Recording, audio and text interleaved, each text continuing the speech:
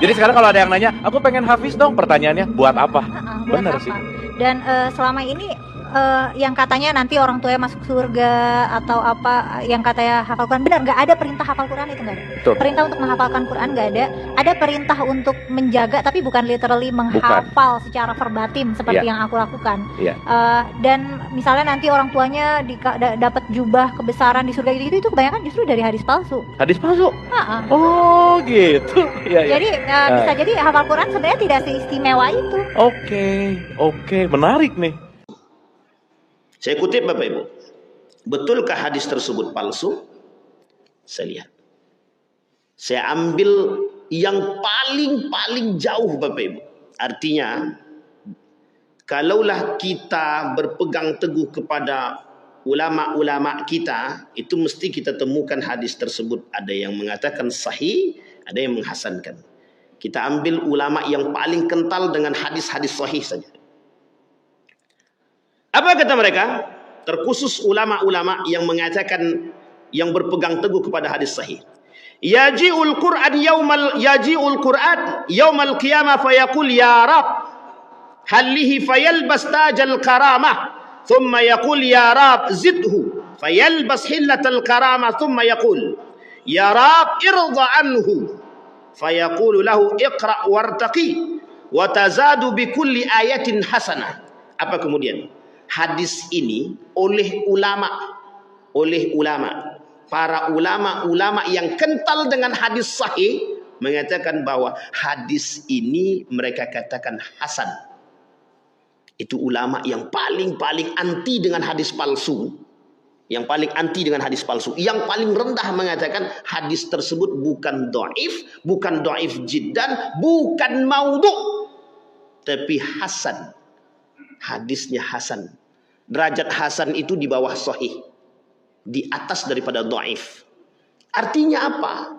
Derajat hadis ini sangat cukup kuat untuk mengatakan bagi orang-orang yang penghafal Al-Quran berhak memakaikan jubah karamah kepada kedua orang tuanya.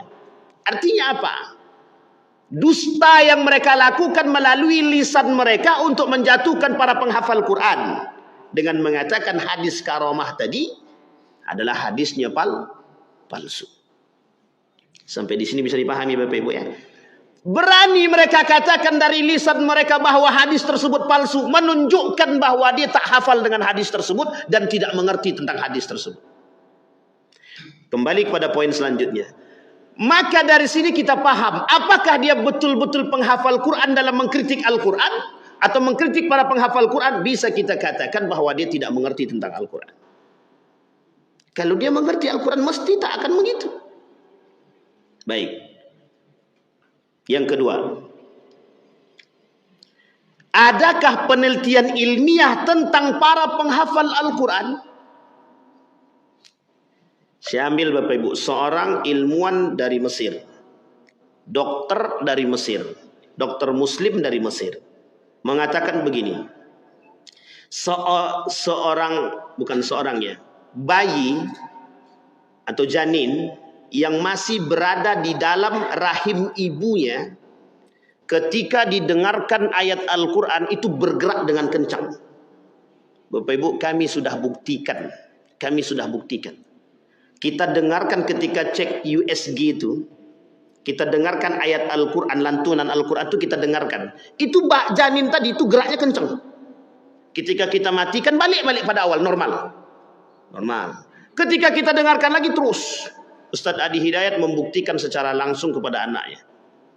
Dan kami Pak ragu, betul apa tidak? Kita coba Pak. Pada anak kami yang kedua kami coba. Benar Pak. Itu baru mendengar. Seorang ilmuwan mengatakan, orang penghafal Quran tingkat kejeniusan otaknya, kata dia, tingkat kejeniusan otaknya naik 3 kali lipat. Orang yang menghafal Quran diberikan kemudahan. Kita ambil merujuk kepada sejarah. Betul enggak? Tidak ada satupun ilmuwan muslim secara garis besar yang tidak hafal Al-Quran. Tak ada satupun. Sekalipun dia Syiah, hafal Al-Quran. Saya kasih tahu Bapak Ibu, ada seorang namanya Zamakhsyari. Zamakhsyari ini punya tafsir Al-Quran coraknya corak bahasa yang dirujuk oleh para ulama-ulama dalam tulisan mereka kalau berkaitan tentang bahasa. Nama dia Zamakhsyari. Bapak Ibu harus tahu siapa dia, Syiah. Tapi tafsir dia, tafsir Al-Quran dia dalam segi bahasa itu menjadi rujukan para ulama-ulama terdahulu. Artinya apa? Dia hafal Quran dulu baru jadi ilmuwan. Ibnu Sina, Ibnu Rusdi, Al-Averroes itu, Ibnu Hayyan dan lain sebagainya. Sekarang betul tak perkataan Allah, Allah muliakan orang dengan menghafal Quran? Kita lihat. Kita lihat. Seorang naja, anak yang mohon maaf berkekurangan secara fisik, Allah muliakan hari ini hidup dia dengan menghafal Al-Quran. Terbantahkan poin kedua, apa istimewanya menjadi penghafal Quran? Terbantahkan poin ketiga, mereka mengatakan level menghafal itu adalah level paling bawah. Oke Bapak Ibu, yang kalau dihafal dia musik oke. Tapi kalau yang dihafalnya Al-Quran, Allah tidak main-main dengan para penghafal Quran. Bayangkan Bapak Ibu, yang sudah bersiap dan berniat menghafal Quran dan hafal dia Al-Quran, kemudian dia lupa dengan hafalan dia, orang tersebut kata para ulama, mayoritas jumhur ulama berdosa. Jadi orang yang sudah hafal Quran kemudian melupakan hafalan dia, berdosa, kata para ulama. Tidak main-main Pak dengan orang penghafal Quran itu. Sampai dia bilang begini, saya pun heran kata dia, kenapa orang datang berbondong-bondong ke rumah kita, cuman minta dielus perutnya yang lagi hamil tadi, gitu dia.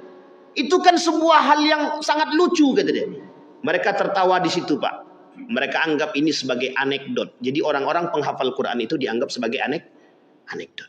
Uniknya lagi mereka katakan apa? Para penghafal Quran itu sebenarnya mereka tak sadar, mereka dianggap sebagai bahan marketing. Kita lihat sekarang Bapak Ibu.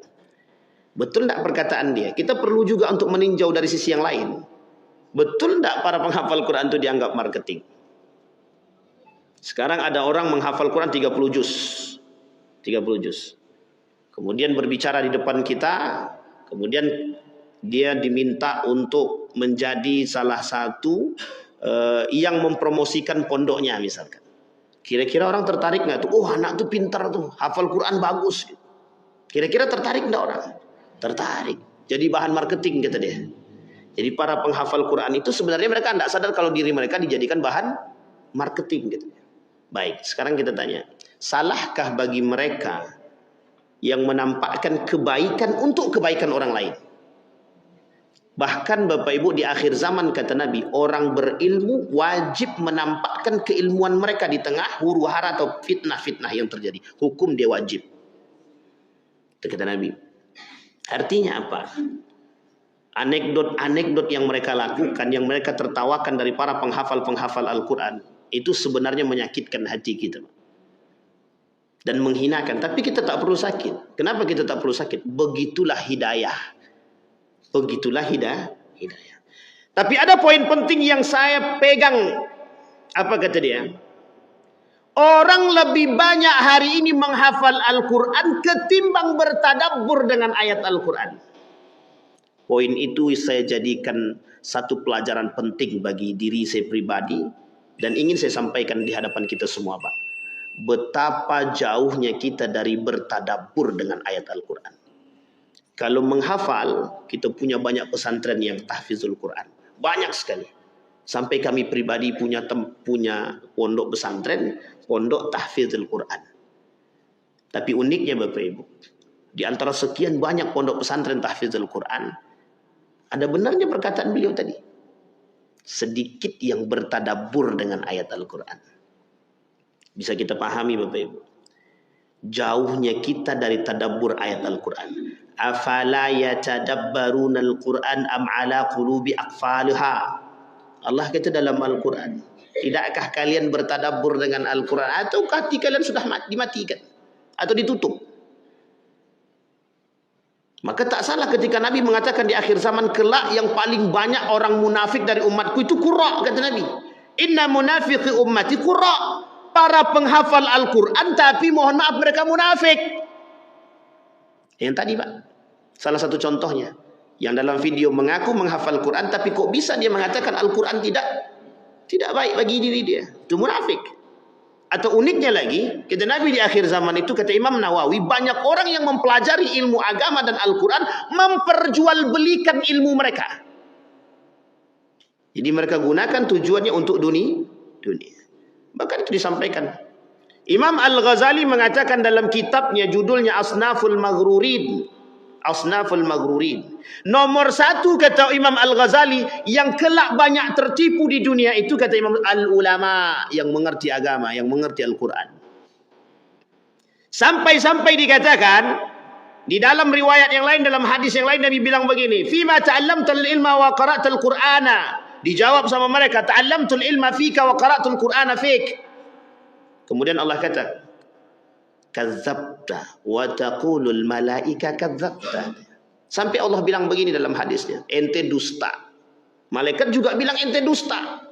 Ta'allamtal ilma liyuqalu aliman wa qara'tal Qur'ana liyuqalu qari'an. Ente belajar ilmu biar dipanggil orang alim. Ente belajar Al-Qur'an biar bisa menjadi seorang qari. Sampai di sini paham maksudnya Bapak Ibu. Ini poin penting bagi kita. Yang senang dengan anaknya masuk ke dalam pondok tahfiz Al-Quran, itu sangat kita banggakan.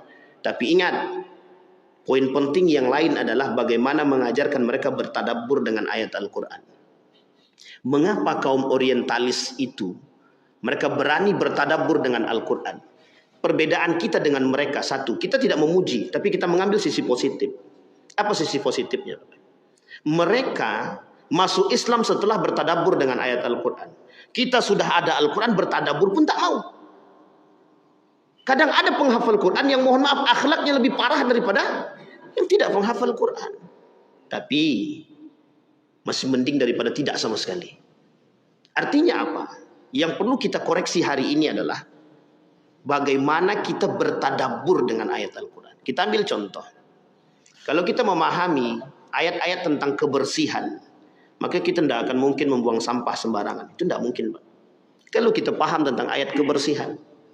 Tapi pertanyaannya, mengapa orang yang mengerti Al-Quran tapi mereka membuang sampah tidak pada tempatnya? Itu hal yang paling sederhana sekali. Di mana letak tadabbur ayatnya? Arti lainnya apa? Bagaimana mengamalkan ayat yang dihafal? Nabi ketika ditanya Aisyah itu, Aisyah ditanya oleh sahabat, bagaimana akhlaknya Nabi? Akhlak Al-Quran. Itu yang diinginkan. Maka ada bahasa para penghafal Quran itu, dia itu hafal Quran mutqin secara lisan dan mutqin secara sifat. Artinya apa? Akhlaknya baik sesuai dengan hafalan dia. Ini ada orang menghafal Quran, akhlaknya tak seperti para penghafal Quran. Baik. Itu yang harus kita pahami, Bapak Ibu. Nah, kembali kepada poin tadi, Bapak Ibu. Video itu dan 3 video yang saya sampaikan tadi itu menunjukkan betapa program mereka dalam mendangkalkan dan menjauhkan kita daripada Al-Quran sebagai jalan kehidupan sangat Allah tunjukkan. Artinya apa? Tidak dari tangannya kaum kafir, tapi justru datang dari tangannya umat Muslim itu. Baik. Nah, sekarang Bapak Ibu sekalian yang berbahagia, bagaimana cara kita menangkal sekulerisme, liberalisme dari program-program mereka yang tadi? Yang pertama, kata para ulama, kita sampaikan yang pertama, memahami tentang konsep wahyu atau nas Al-Quran itu sendiri. Nah, ini penting Bapak Ibu. Yang pertama, setelah kita memahami itu tadi, Al-Quran, jadikan Al-Quran sebagai buku daras pendidikan Islam. Nah, ini yang ingin saya katakan. Kurikulum pendidikan kita sama sekali tak kembali kepada Al-Quran. Jadi sekarang kalau kurikulum pendidikan kita tak kembali kepada Al-Quran, Bapak Ibu yang harus buat program kurikulum di rumah. Bagaimana membuat anak itu cinta kepada Quran, dekat dengan Al-Quran, itu program pendidikan kita. Kalau di sekolah dia tak dapat. Karena banyak wacana-wacana liberal itu Pak, untuk menjauhkan kita dari Al-Quran itu banyak sekali, sangat banyak sekali. Bahkan kita sudah tahu itu. Bagaimana materi-materi agama dikurangi. Bahkan ketika kami jadi mahasiswa, itu mata kuliah Al-Islam dan Akidah Akhlak itu, yang tadinya 4 SKS berubah jadi 2 SKS. Bahkan sampai punya wacana dari 2 SKS itu mau dijadikan ekstrakurikuler. Coba bayangkan. Kalau ekstrakurikuler siapa yang pengen ikut silahkan, yang tak silahkan. Berarti tak masuk SKS. Coba bayangkan. Saking seriusnya lagi, program mereka mendangkalkan kita, dibuatnya ada wacana untuk menyamakan. Hari ini kalau mereka doa kalian ikut, kalau besok kalian yang doa mereka suruh ikut. Kalau kita disuruh ikut doanya agama yang lain, masuk akal apa tak masuk akal tuh? Nah, itu wacana program mereka dulu. Sampai dalam beberapa tahun yang lalu program mereka adalah menghilangkan materi-materi agama. Nah, coba kalau sempat hilang materi agama, banyak tak berakhlak Pak. Yang sekarang beragama aja tak berakhlak, apalagi yang tidak. Nah itu dia. Yang kedua, Al-Quran sebagai buku pedoman syariat. Nah, ini yang ingin dijauhkan oleh mereka. Makanya kenapa banyak orang masih tetap melakukan riba sementara Al-Quran sudah berbicara. Yang main riba aku perangi kata Allah. Tapi masih banyak orang yang main riba tuh. Tidak boleh nikah beda agama kata Allah. Tapi masih banyak yang nikah beda agama tuh. Khamar haram kata Allah. Masih banyak juga tuh. Rata-rata mereka muslim semua tuh. Bukan tak muslim. Rata-rata mereka mengakui diri mereka mengerti dan alim. Itu yang kedua. Yang ketiga, Al-Quran sebagai manual guide bagi hidup manusia. Artinya apa? Hari ini jalan terbaik bagi kita adalah kembali kepada Al-Quran sebagai kitab suci kita. Nah, Bapak Ibu ingat apa kata bahasanya kaum liberal ini? Saya masih ingat betul nih. Al-Quran bukanlah kitab satu-satunya yang paling benar. Artinya Al-Quran tetap benar, tapi bukan satu-satunya. Betul apa salah nih kalimat? Jelas salah besar Pak. Tapi bagi mereka yang tidak beriman atau bagi mereka yang munafik, mereka akan katakan benar bahwa Al-Quran itu bukan satu-satunya kitab suci yang paling benar. Artinya apa? Masih ada kitab-kitab yang lain yang benar. Lah uniknya lagi yang berbicara itu bukan orang kafir. Yang berbicara justru umat muslim. Sampai di sini bisa dipahami Bapak Ibu. Nah, Bapak Ibu sekalian yang berbahagia, mengapa saya mencoba mengangkat ini? Karena kita tidak mau nanti ada orang-orang yang terpengaruh dengan video tersebut. Apa maksudnya terpengaruh? Orang-orang yang tadinya sudah menyekolahkan anaknya di sekolah tahfidzul Quran, mereka tarik anaknya. Kenapa mereka menarik anaknya? Oh iya, buat apa jadi penghafal Quran? Nanti susah cari kerjaan. Karena dulu orang tua kita zaman dulu berpikirnya begitu Pak. Kita tidak mengkerdilkan. Tapi mungkin. Karena mungkin kajian-kajian itu belum sampai kepada mereka. Sehingga mereka katakan begini Pak. Ini saya masih ingat betul karena saya masih sekolah dulu begitu juga. Ngapain sekolah anak di pondok? Nanti juga cuma tukang baca Yasin. Juga paling jadi imam masjid. Tukang baca sholat jenazah kata dia. Apa pekerjaan yang paling baik bagi mereka? Tidak ada. Jadi keterbelakangan orang-orang yang belajar agama bagi mereka itu sangat menjadi cambukan. Sehingga mereka katakan apa? Anakku nanti sekolahnya di sana. Jurusannya kedokteran, fisika, kimia dan lain sebagainya. Lebih bangga ketimbang anaknya mempelajari agama. Itulah dampak daripada pemikiran barat terhadap keluarga kita. Tapi adakah yang bisa kita salahkan? Tak bisa. Kita tak bisa salahkan siapapun. Sekarang saatnya kita kembali Pak. Makanya kenapa Bakhtiar Nasir, Kiai Haji Bakhtiar Nasir sangat kental mengajak orang untuk kembali kepada Al-Quran dan bertadabbur kepada Al-Quran. Tujuannya adalah akan lahir di antara kita generasi-generasi yang cinta dengan Al-Quran. Bukan hanya sekedar cinta saja, tapi mereka betul-betul bertadabbur dengan Al-Quran dan hidup mereka seperti Al-Quran. Itu yang kita inginkan. Karena kata Nabi, salah satu fitnah terbesar di akhir zaman kelak, kata Nabi, bukan hanya orang kafir Quraisy saja. Bukan hanya orang Yahudi dan Nasrani saja. Tapi orang Islam itu sendiri, Pak. Ada orang yang hafal Quran lebih hafal daripada kita. Ada orang yang sholatnya lebih baik daripada kita. Ada orang yang ibadahnya lebih kencang daripada kita. Tapi apa yang terjadi? Mereka keluar seperti anak panah yang keluar daripada busur dia. Kenapa dikatakan demikian?